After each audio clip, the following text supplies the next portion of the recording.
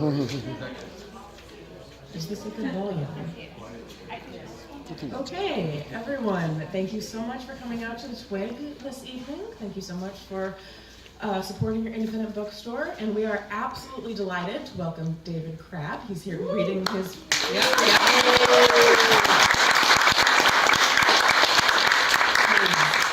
much anticipated, critically acclaimed memoir. He will be answering questions afterwards and signing books right over there. If you have not yet purchased your book, they will be available at both registers. Now please join me in welcoming David Crabb.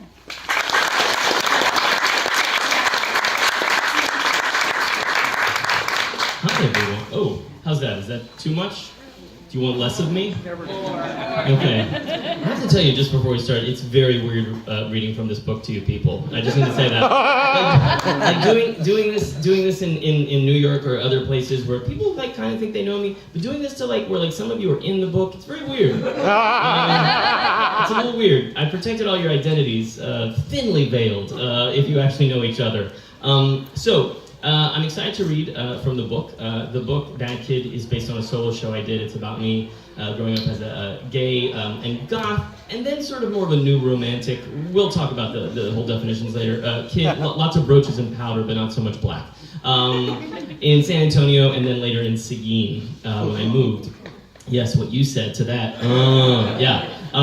So it's interesting because my mom and my stepdad and my dad are here. So cool. I won't read. Yeah, applause for them. They've had enough counseling, so they deserve it. So I can't really read about too much of the sex stuff. I can't read those parts. And the mic just died, but it's okay. Can you hear me okay? Yeah? All right. And I can't really read about the drug parts. I can't read any. Oh, it's back. The drug parts. Definitely can't read about any of that. Well, I guess that's it. I'll be signing books. It really was very weird today, like putting my little post-it notes and like, my dad, no, my mother, no, she'd kill me. So I've decided to read what I'm going to read anyway, so they're just going to have to deal with it. So like I said, the book is about me growing up in San Antonio as a goth kid, and then moving to Seguin. So is it me? Is it something I'm doing when I cut out? Microphone cord. I think it's Am I? the cable's getting ready to go. Yeah. Is it the cable? Looks like it's getting ready to pop out. Yeah. Oh, right back here. Yes, sir. Just shove it in. Oh, you read that part of the book. No.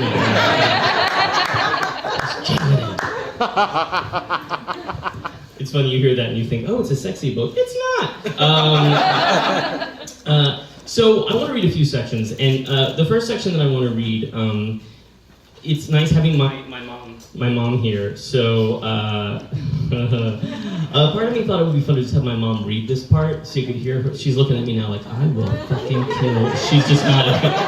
She's like, if you even. When I was young. It was interesting because I had those feelings when I was young. I would watch like Silver Spoons and Growing Pains, and I'd be like, "Ooh, I want to hug Kirk Cameron so hard." Like I didn't understand it. I just wanted to have the most endless s'mores party with Ricky Schroeder, and then just like s'mores aren't enough. What is that? And then I would figure out later on, what it was.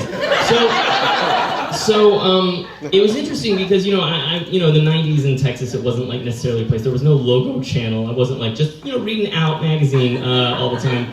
So I was terrified. It really, really scared the hell out of me. But I had this like super, super supportive, super accepting mother, super like too much accepting and supportive. When I was like I think like 8 or 9, she bought me like a book about sexual development for like 13 or 14-year-olds. It was called The Facts of Love, and it had a bunch of those weird like pencil drawings that were cross sections of the insides of like reproductive organs. And for years I thought, there's the head of a moose inside every woman's belly, and I didn't know what that was. I was like, I didn't get it. I was just like, there's a deer in there.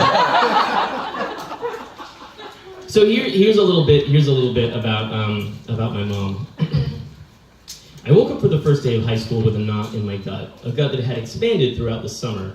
I'd spent 2 months after the road trip eating spray cheese and Ritz crackers while watching Maury Povich with the shades drawn. My lethargic solitude and love of heavily processed foods resulted in my pudgy new back-to-school figure. I grunted and exhaled in the full-length bathroom mirror, laboring to zip up the khakis my mother had bought me only a few months earlier. After gelling down my hair and slipping on white tennis shoes, I jumped into the car with my mom. And that's another thing, like during middle school, after the first time I got called a fag, I totally wanted to disappear. So there's like 8th grade pictures of me in like khakis and like a baby blue shirt with my hair gel, doing like this weird Captain Morgan thing. I look like a tiny, chubby, like lesbian Best Buy employee. Like, I don't look like an excitable young, like 14-year-old boy doll. So I got in my ensemble, and the 10-minute drive felt like a walk down the plank. I imagined endless spine-chilling scenarios, most of which ended with wedgies, my head in the toilet, and the F word. That F word. "Honey," said my mother as we pulled into the drop-off circle at my new school, "are you gay?" "What?" I shrieked, spitting a sip of orange juice onto the dashboard of her Chevette. "You're asking me this on my first day of high school." "Honey, I'm not accusing you of anything, sweetheart," she said, turning down our favorite Wham cassette. "Clues, Mom, clues." Why'd she think that? By the way, if you haven't seen Wake Me Up Before You Go in a while, how did that guy get away with it? He's wearing a half shirt that says boy and like a fringe leather jacket and like cut off Daisy Dukes. It's insane. "Honey, I worry about you. You used to have friends and date, but all you did this summer was sit in your room, and if you were gay, you could tell your mother. That's all I'm saying." Terry always talked about herself in the third person when she addressed me in any serious way. "David, your mother wants you to read this sexuality book for preteens. David, your mother wants you to be open-minded at the metaphysics workshop today. David, your mother is going to pee her pants if we don't find a gas station. David, listen to your mother," she insisted, gripping my hand tightly. "I would understand if you were a homosexual." Homosexual. It was a weirdly clinical word, like something you'd hear in a chemistry class to describe a type of combustion. "You'll be 15 soon, sweetie. You're becoming a man and you'll have needs. Your mother wants you to be secure in these desires." And I'm not gay, Mom. "But being gay is perfectly okay. I'd much rather that than a son who was a pervert or a schizophrenic like one of those Lifetime movies your mother watches." "Honey, you could be a pedophile clown. Now that would be awful, honey." My mother always thought of herself as an amateur forensics expert. Her bookshelves were packed with a mix of Precious Moments Angels and Charles Manson biographies. It was an odd collision of interest, but that was Terry, a 40-year-old maternity store manager who'd rather be dusting for fingerprints over the corpse of a partially cannibalized stripper. "You could be a sex freak murderer like Ted Bundy," she continued. "Granted, he was handsome, but he was a maniac rapist." "Mom, I'm not a rapist," I huffed as we pulled through the drop-off circle of Gunther High. "But your mother would love you even then. Even if you had multiple personalities like Sally Field and Sybil, we'd make the best of it. It would almost be like I had more children to love." So that's a little bit about my mom, who I think deserves a round of applause for being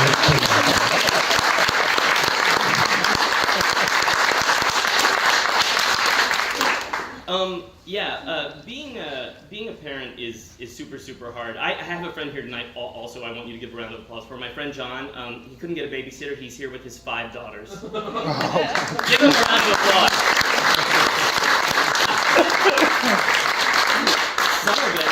Some of them are under your chairs. No. That's what that was. So when I was young, what basically here we go.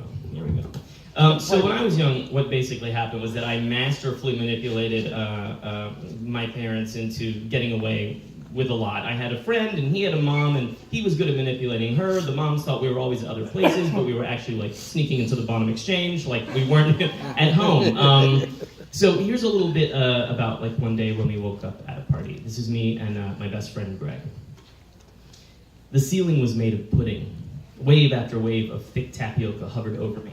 Or was I hovering above it, suspended over an endless ocean of heavy cream? Somewhere a chainsaw revved and a woman screamed. The ceiling shifted to my left as the carpeted floor slid out from under my feet to the soles of my feet. I'm not even reading my own work correctly. You're just gonna have to deal with it. I have wine here somewhere. Oh wait, I'm standing up now. The room was dim.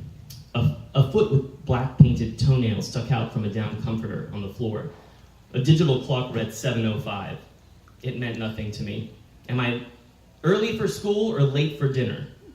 What day is it? What town is this? Sitting on the edge of someone's bed, I noticed a raccoon watching me from a window. And then something fell into place. Suddenly, the pudding ocean was just the ceiling, The chainsaw was just a stereo, the screaming was a laughing girl outside, the feet belonged to Greg, and the raccoon was just my own face reflected back at me in a mirror. My little bit of eyeliner had been perfect last night, but now it had gathered into 2 smeared pools beneath each eye. I looked like one of those Mexican skeleton dolls. I stood up as a mohawked girl in panties ran past the doorway. A moment later, a boy in a red elephant trunk thong ran after her, a houseplant cascading out of his backpack. The stereo was so loud. I crept onto the floor and underneath the huge comforter, whispering, "Greg, wake up." "David, where are we?" he asked. "I don't know." Suddenly, Greg and I were both very awake, which always happened quickly the morning after we dropped 2 hits of acid. "Greg, my mom," I yelped, remembering that I was supposed to have spent the night with her in Seguin. "She must be so pissed." "No, David, it's fine. You had me impersonate my mom and call her, remember?" Wait, I had you call my mom while we were tripping and fake your mom's voice? Yeah, it worked fine. I told her you were staying over because we got food poisoning. We talked about the botanical gardens for like 100 years. Really? Yeah. And then we talked about how great our sons were and how of all the designing women, she feels most like the Annie Potts character. Your mom is so vulnerable. I love Libras. They're just... Wait. Greg. You talked about designing women with my mom on acid? Yeah. She is a firecracker. Woman to woman, I can really sense that kind of Annie Potts energy about her, he said, slipping into his fake mom voice. See? I'm pretty good, right? 10 minutes later, we tiptoed through a minefield of sleeping freaks on someone's living room floor. Holding hands to balance each other, we navigated our way through a forest of fishnet-wrapped limbs capped in Doc Marten boots. Black painted fingernails peeked out like creeping moss around graffiti jackets and shrubs of teased purple hair. 5 feet from the door, I felt a hand grip my ankle. Instinctively, I screamed, "I don't know anyone!" As if being a stranger somehow protected me from whoever this person was. A girl with fuchsia hair wearing a silver choker stared up at me with giant, dilated pupils. Wiping a long strand of spittle from the corner of her mouth, she began to weep. "Where are Brian's keys?" Who's Brian?" I asked her. Greg pulled me towards the door. "David, don't engage her." "Where are Brian's keys?" As she wailed, the human floor shifted to life. Crushed velvet tree roots became snakes made of human arms and legs. "Run!" Greg shrieked. We flew out of the door as the fuchsia-haired girl screamed, "Keys!" Around the side of the parking lot, we found ourselves in the complex's, misreading again, the building we found ourselves in the complex's parking lot. I tried to catch my breath and shielded my eyes from the scorching Texas sun. I was going to puke, or maybe I needed to eat. In the distance, I saw a 15-foot wide sombrero hovering in the sky. And it wasn't a hallucination. It was Taco Cabana. It was all I needed in that moment. I could almost taste their breakfast tacos. I imagined every combination. Egg, bacon, hi. I imagined every possible combination. Egg, bacon, cheese, carne asada, chicken fajita with guacamole, bean cheese, potato. We strolled through the parking lot, getting looks from suits holding coffee thermoses on their way to work. Greg in his combat boots and dangling earrings. Me with my dirty, shoulder-length hair and raccooned eyes, wearing 1,000 rubber band bracelets. Greg kept aiming his keychain remote into the expanse of pickup trucks and sport utility vehicles surrounding us, like someone hopelessly trying to find water in the desert using a forked stick. Finally, we heard it, the high-pitched, sissy chirp of Greg's car alarm from his Lilliputian red convertible. Once inside, we collapsed into the seats, as if we'd arrived home with no intention of actually driving anywhere. Greg lit a Marlboro Ultralight 100 and French inhaled a long strand of cigarette smoke. He studied himself in the mirror as if I wasn't there, admiring the perfection with which he passed the toxic smog from his lips to his nostrils. "David, should we go to school today?" I flipped the wall calendar in my head. Is today a weekday? Greg noticed an Alamo Bank sign towering above us. "Well, it's 7:25 a.m., it's 91 degrees, and today is May 29th. We stared at each other, hoping to somehow transform that information into a clue regarding whether it was a Tuesday or a Sunday. What do we do, Greg? Today is Wednesday, I think? Well, we can't go to school like this, he answered. We pulled down our visor mirrors and inspected our bloodshot eyes, crusty hair, and blotched skin. David, are we going to school or not? I shrugged and I waited for Greg to make up my mind for me, the way he always did. Fuck it, he said, lighting a roach from the ashtray. A few minutes later, as we pulled away from the Taco Cabana drive-thru with our breakfast, we pieced together the rest of the previous night. Who kissed who took what, who was hot, who seemed cooler than we thought they'd be, who was just really lame. Greg blasted The Cure's Disintegration from his car stereo, and we drove past our school. Rolling by slowly, we watched our friends, enemies, and peers march through the huge brick arch leading to the courtyard. They looked so tired, their shoulders slouching as they shuffled to first period. Their backpacks all looked so heavy, like they were full of stones. It seemed too early in the morning for anyone, including us, to have obligations. Suckers, Greg hissed. He pushed a button and the convertible top retracted over our heads, releasing a huge cloud of marijuana smoke we'd been hotboxing on our drive. In the rearview mirror, we could see a bunch of preps cough and gag on our mood-altering exhaust. Greg convulsed in a maniacal fit of laughter, shredded lettuce and salsa spilling out the side of his mouth. Enjoy the contact high, bitches! I felt bad for all those kids, all those preps, jocks, kickers, bowheads, punks, nerds, potheads, and goths, stuck in that academic jail on such a beautiful day. But I felt guilty too, ashamed of all the lies I told and would continue to tell to remain the way I was that day, absolutely and perfectly free.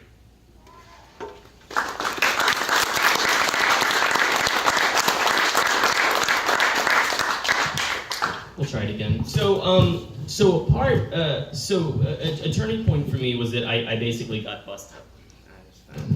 I got busted telling a lot of lies. I forged a lot of notes to not go to class. It was very, very bad. And then there was sort of a shakedown at my high school, and a bunch of people got detention or sent away or went to like rehabs. And I was forced to move to Seguin with my mom and stepdad, which it was hard at first. I have a lot of love for Seguin now. Is anyone here from Seguin? Okay, it's a difficult place. Not really. Not really. Since I moved. If you have a nice house out in the country with Wi-Fi, you're set. No, I'm kidding. That's horrible. Anyone else from? Great. So this part of the book is about once I moved to Seguin to live with my mom and my stepdad. My stepdad was very, very cool. He wanted me to move, and he wanted me to, the transition to be like nice for me. So he, let me he did my bedroom any way I wanted it, and this is about that transition.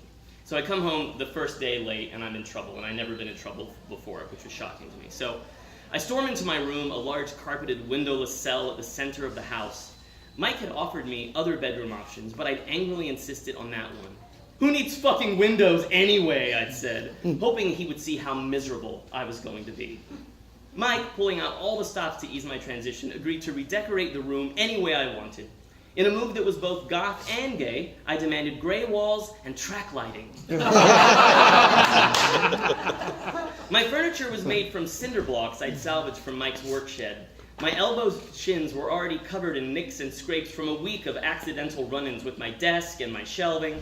I had designed a pretty mournful place for myself. A dark, windowless room full of sandpaper furniture lit by harsh spotlights did not make for a peaceful place of solitude. Being in the center of the house meant sharing a wall with almost every room. I could hear everything. My mother humming in the kitchen, my stepsister singing to the radio, my brother playing video games. My new brother and sister were truly foreign creatures to me, their day-to-day lives full of banalities. I hadn't been around 12-year-olds since I'd been a 12-year-old. One day, after listening to a constant scraping from my brother Mickey's room, I went next door, and I found him hacking at a 2x4 with a pocket knife. "Mickey, what are you doing?" I said. He looked up at me and shrugged as a cow from the field next door appeared in the window behind him and let out a long, mournful moo. I thought, is this what this place is going to do to me? How long until I'm sitting in silence alone on the floor of my room hacking at wood with a knife? I sat in my gray room full of random noise, and I wrote these fears in a journal I named Claude. Claude was the only friend I had, and my bedroom wasn't a place to sleep, it was a place to stew. After 2 boring weeks in my cave, I had to get out of the house. I decided to drive down 123 into Seguin, the actual town Seguin. It was very beige, and very wooden, and very concrete, There were two facing strip malls that seemed to house every business that anyone in town would ever dream of visiting, including the Walmart. I smoked a bit of my last bag of weed and I went inside the superstore. Surrounding me were men and women with teased hair and fanny packs, old people with melting faces riding electric wheelchairs, and dads with handlebar mustaches yelling at their kids, and I could feel them watching me, sizing me up, recognizing me as an out-of-towner. On my way home, I passed the courthouse and I pulled a U-turn to check out the famous giant pecan mounted in front. Looking at it closely, I could see that it was covered in these deep pockmarks that revealed it was actually a concrete sculpture and not, in fact, an actual 2-foot-long nut. Passerbys looked at me strangely, confused as to why anyone would actually take an interest in their big counterfeit legume. Them old kids, they come down here and they raise hell on that thing. I turned to see an ancient woman in hot pink lipstick. Her face looked like it was made of saddle leather, and her spider-veined arms barely held her up on her walker. Dagnammit, those hellions in there shooting! Excuse me, ma'am? What? Those little sons of bitches, she groaned as her denture slid down from behind her upper lip. All summer they come down here and they shoot at that darn pecan with their BB guns. She continued to cuss as she strolled away from me, one of her pendulous breasts hanging 6 inches lower than the other one beneath her Dallas Cowboys t-shirt. I tried. Someone from Seguin just said, she still wears that.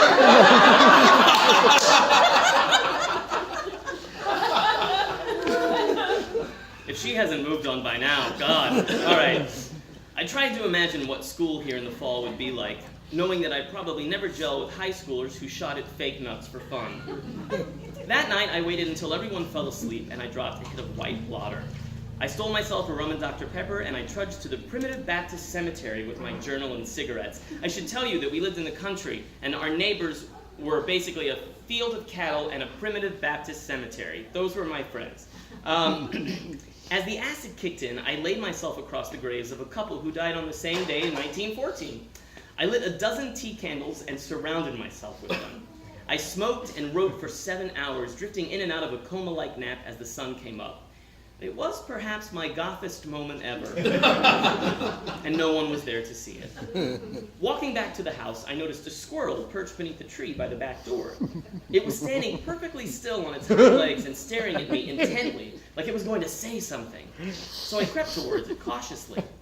Hey there, little guy. What are you doing? I got closer, 10 feet, 8 feet, then 5 feet. Well, aren't you a brave little squirrel? His large black eyes stared into me, all-knowing. As I leaned down to him, I became convinced that he had something important to share. Do you have something to say to me? Who are you? What the hell are you doing? Mike yelled, shocking me off my feet. As I fell forward onto the squirrel, I could feel the hard, molded plastic of its artificial body smash into my face.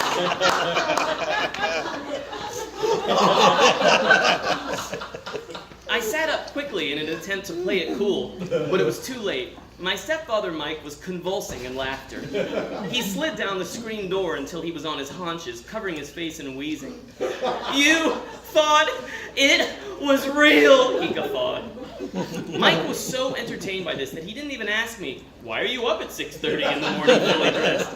He simply chuckled and patted me on the back. You're weird, just like your mama. I spent that day locked in my room, nursing a hangover and calling all my friends from San Antonio, none of whom answered the phone. I read the deep and meaningful poetry I'd written the night before, and I had no idea what it was about. And this is, I just have to tell you, when you write these, you can't account for everything that happened when you're 16, 17, 18, especially if you took some hallucinogenics. So you do find yourself reaching, calling some people, trying to fill in the facts, and then you also want to protect people's identity, so you change little bits, people's names. This, I still have Claude. Claude, my journal, is a yellow notebook, wire-bound, like college ruled. And this is a real poem that I wrote in it. I just need to tell you, I should have brought the real thing, because I don't know what was happening here. Here we go. Locked in Catatonia. You should do a kayak search. They have great deals to Catatonia this time of year. Catatonia, a place to build a black brick home, where you calmly arrange Aunt Laura's remains on the entrance hall wall. I don't have an Aunt Laura. I don't know who that is. We've never had an entrance hall. We're not fancy, so I don't know. We have no ashes on an entrance hall wall. Okay. You peer through the sugarcane windows to view the cadaverous children, choking and gagging in the swampy mud and clawing at the dying sun. Covered by smoky funnel clouds that cry on your black brick house from tea to wine all the time. I think that's a fancy way of saying like breakfast to dinner. I don't know what that means. From tea to wine. I don't know. Cutting clad crystal in effervescent cultivation, crawling up from pits of suicide contemplation. Okay, so I put cutting clad crystal and effervescent cultivation in like a Google like grammar search. It means nothing. Like, it comes together as no words that actually mean anything. I read this and I was so confused, and I thought to myself, where was Catatonia? What does it mean to cut clad crystal? Was from tea to wine a fancy way of saying breakfast to dinner? And who the hell was Aunt Laura? I don't have an Aunt Laura, and even if I did, we didn't have an entrance hall wall on which to display her remains. Was Seguin sucking the creative spirit right out of me? Was this town full of man-made replicas of nuts and animals slowly killing me? I didn't know who I was without my friends and my school and my favorite club, FX. I didn't know what role I played in this family or who I would be without my freedom.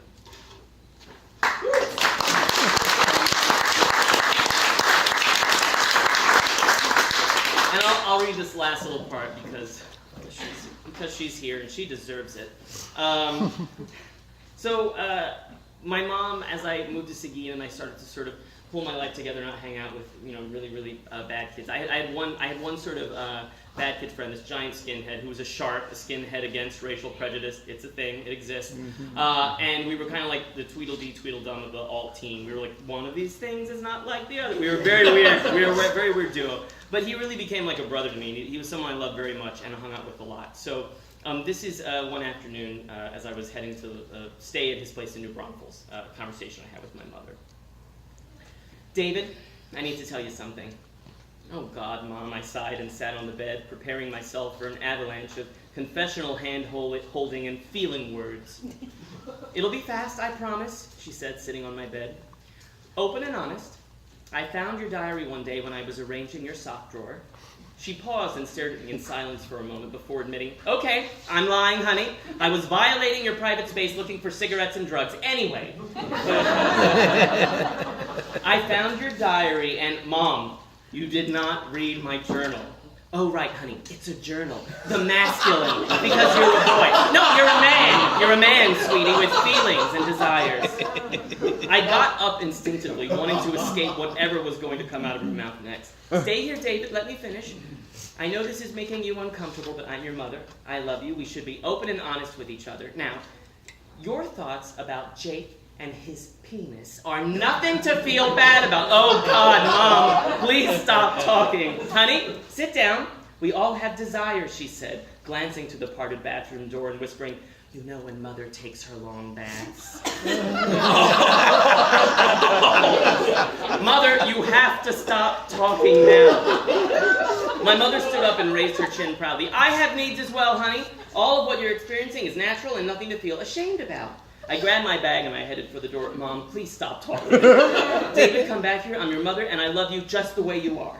My mom followed me to the car, and as I started the ignition, she leaned into the window. Honey, all I wanted to do is give you these.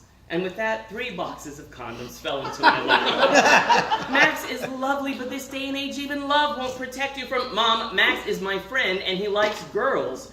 I looked down into my lap at the variety of condoms, and I shoved them back into my mother's hands. Besides, I'm only staying overnight. How much sex do you think I could have in 24 hours? Well, honey, I got a variety because... Unfortunately, I didn't drive away fast enough to miss the last part of her sentence. I have no idea what your penis is like!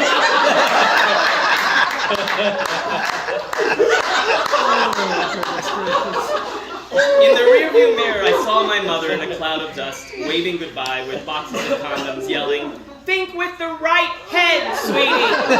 Thank you.